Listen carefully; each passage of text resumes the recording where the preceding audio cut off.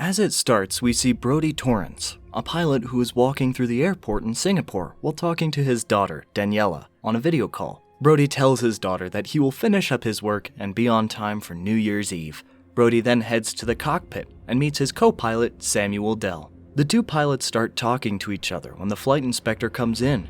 Brodie tells him that they were pushing through weather, but the inspector assures him that it won't be there when they pass. Brodie suggests another path in case the weather doesn't move, but the inspector rejects his idea, stating that it adds an hour to their flight and more fuel burned. After the inspector leaves, Bonnie, the chief flight attendant, tells Brodie that he is needed outside. An officer greets him outside, saying a fugitive will be on his flight to Tokyo. He assures Brodie that the fugitive will remain in constraints and under his supervision. Brodie asks him about the fugitive, and the officer said he committed homicide 15 years ago, and they caught him living under an alias in Bali. Brodie doesn't want them to be on board his flight, but he agrees in the end when he finds out that his flight is their only choice. Brodie then meets with the rest of the crew, Isabella and Maria, discussing the 14 passengers on their flight and the fugitive who boarded, whose name is Louis Gaspare. Brodie tells them to keep their interactions to him to a minimum. As the 14 passengers of the flight boarded the plane, 2 passengers, who were supposed to be seated at the back, were reseated due to the officer and fugitive. After all the pre-flight inspections were finished, their flight took off. As the plane levels, Brodie and Samuel start talking about their families. Then they see on the radar that the storm didn't clear out, and they have to go through it. Brodie requested on radar to climb to 40,000 feet, but due to bad radio reception, he did it without receiving orders. As they level at 40,000 feet, a huge turbulence hits the plane, sounding the alarm. Samuel immediately turns it off while Brodie goes outside the cockpit to check on the passengers. While Brodie was checking on the passengers, their plane was struck by a huge lightning, taking out the lights. As he was making his way back to the cockpit, he hit his head on the baggage compartment as another turbulence occurred. As he went back to his seat, Samuel told him that the avionics were down and the lightning must have fried the machines. They tried calling for help on the radio, but still no response. As Brodie realized that they only have 10 minutes before they crash, he and Samuel went on manual navigation to find a place to land. According to Samuel's calculations, they should be around the south of Manila. As they punched through the storm to find land, Isabella and the officer outside broke their necks due to the heavy turbulence, causing them to die. With still no land in their sights, Brodie orders Bonnie to inform the passengers to brace themselves as they are going to land on the water. When all hope seems to be lost, Brodie miraculously finds some land and lands the aircraft safely in an airstrip in the middle of nowhere. They immediately order an evacuation of the plane, as they still have fuel which may cause it to blow up. Meanwhile, in the Trailblazers headquarters in New York, an emergency meeting is being held as the CEO, Terry, was informed of the incident. He calls in the help of David Scarsdale, a specialist in crisis management. David immediately scolds the flight inspector earlier for pushing the flight through the storm in order to save fuel costs. He also contacted mercenaries to search for the missing aircraft. After making a makeshift shed with the passengers outside, Brodie and Samuel try to assess the damage to the aircraft. They found out that most of the machines are fried due to the lightning that hit the plane. They also tried to calculate their location again. They found out that they were somewhere around the Jolo Islands in the Philippines. Samuel told Brodie that the army has no jurisdiction here due to the terrorists. Brodie decided to find a working phone to establish communication with the headquarters. He decided to take Gaspare along with him in order to not intimidate the already scared passengers. In another part of the island, a man was trading intel about the plane to the leader of the terrorists, Datu Junmar. He then ordered his men to take a look at it. Brodie and Gaspare chat as they make their way through the forest. Gaspare suddenly disappears, leaving Brodie alone. At another location, we see the mercenaries hired by Scarsdale preparing to take off and find the missing aircraft. Their leader, codenamed Shellback, was on the phone with Scarsdale talking about their payment. After a while, Brodie finds an abandoned building and sees an old telephone inside. He tries to repair it and successfully does so. He immediately called Trailblazer hotlines to update their situation, but the dispatcher didn't believe him, as they were getting prank calls due to the press con done earlier by Terry, who revealed the incident that occurred. He then called his daughter Daniela to make her relay the situation instead. As Brodie was telling Daniela their location, he was struck in the back by a terrorist, cutting off their call. Brodie successfully killed the terrorist by breaking his neck. Then he heard gunshots in the next room. Luckily, it was Gaspare, who killed another terrorist using their gun. Meanwhile, Datu Junmar received confirmation from his goons that there is indeed an aircraft that landed on the island. He then went with them to the aircraft to secure some hostages. As Brodie and Gaspare make their way out of the building, they see a passport and some old footage about the terrorists on the island. It seemed that they make a living by demanding ransom for the hostages that they capture and kill them if the government fails to do so. After seeing the horrific footage, the two of them immediately went back to the plane. Back on the aircraft, Samuel successfully repaired some parts of the machines when he suddenly heard vehicles coming towards them. The passengers were delighted, finally seeing some cars who they thought were there to rescue them. Samuel tells them to back off as they don't know who they were.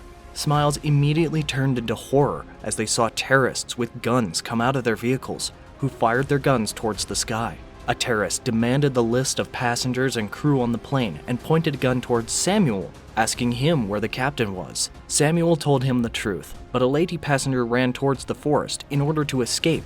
She was immediately shot down by the terrorist, and her husband, who was broken by her death, was beheaded by Datu Junmar in front of them. Brodie Gaspare saw all of this unfold, but they couldn't do anything as they were outnumbered. Gaspare was holding down Brodie to prevent him from doing something stupid. After the terrorists loaded the hostages in their bus, they left two of their comrades to stand guard. Brodie and Gaspare saw this and immediately killed a terrorist while leaving one alive to interrogate. They found out that the hostages will be transferred to a different island for ransom, so Gaspare said that they must save them before it's too late. Brodie went inside the cockpit and was amazed as he found that Samuel fixed some of the machines. He heard gunshots outside and saw Gaspare come out of the forest. It seems that he killed the terrorist they interrogated. Brodie then left his ID and a note on the aircraft explaining the whole situation before moving to rescue the hostages. As the mercenaries finally arrive on an aircraft, they share their footage with the Trailblazer headquarters. Shellback went inside the aircraft and saw the corpses of the officer and Isabella. He then went to the cockpit and saw the note that Brodie left behind. At the headquarters, Terry was furious that the government wouldn't send a rescue team immediately, and they had no choice but to rely on mercenaries. Then he saw the terrorists filming the hostages, while making them say their names and nationality. Brodie and Gaspare arrived at the location, and they see some boats being fueled up. They killed the two terrorists that were fueling them and moved on to find the hostages. Gaspare grabbed a hammer and killed the ones that were guarding the hostages, while Brodie set them free. He then tells the passengers that he made contact through a phone and a rescue team will be here soon. They then get inside a bus and return to the aircraft. Gaspare then told Brodie that they would never make their way out of here, as there are many armed terrorists in front of them. Brodie then decides that he will distract the terrorists as they make their way out. He walks towards the terrorists, demanding to see their leader, Junmar. As Junmar comes out, he then bluffs, telling him that the rescue team will arrive soon. Junmar sees through his bluff and beats him. He also tells his lackey to shoot Brodie. As Brodie was about to be shot, the mercenaries arrive and shoot the terrorists instead. A firefight breaks out as the passengers and the mercenaries boarded the bus and drove to the aircraft. On their way to the aircraft, the mercenary told Brodie that there wouldn't be any rescue within 24 hours, and that they were on their own. Brodie then told him about his plan to get off this island using the plane as it was fixed by Samuel. Meanwhile, Brodie's daughter, Daniela, was crying on voicemail, saying how much she loves her dad and wishes he could come home safe. Back at the terrorist camp, Junmar was very angry and ordered the entire island to attack the escaped hostages.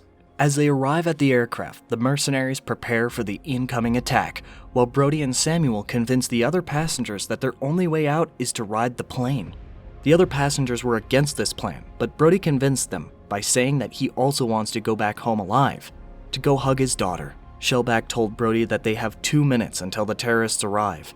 Brodie then told him that he will be leaving the back ladder open for them to climb before taking off. As Brodie was fixing the brakes of the aircraft, he saw the terrorists arrive, guns blazing towards them.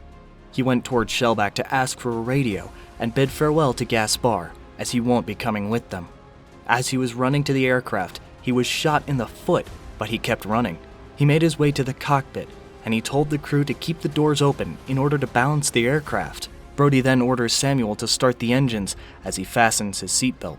Outside the aircraft, the gunfight is still happening as many terrorists storm towards the aircraft.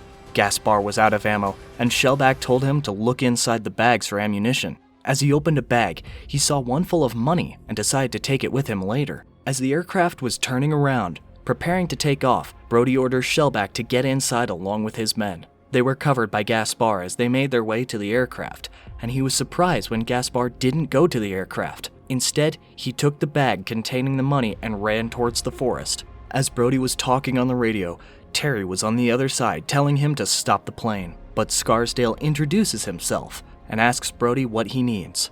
He told Scarsdale that they didn't have navigation and radar.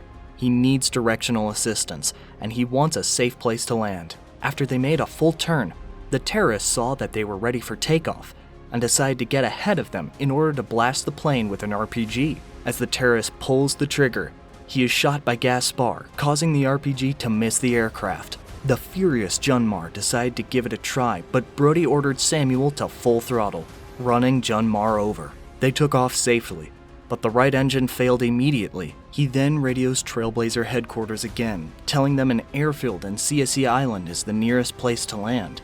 Brodie miraculously maneuvers the airplane and lands them safely on the airport. The passengers and the mercenaries were cheering for Captain Brodie as he pulled off an impossible landing. As it ends, Brodie calls his daughter on a phone. Thank you guys for watching, and if you like this video, make sure to watch the next one.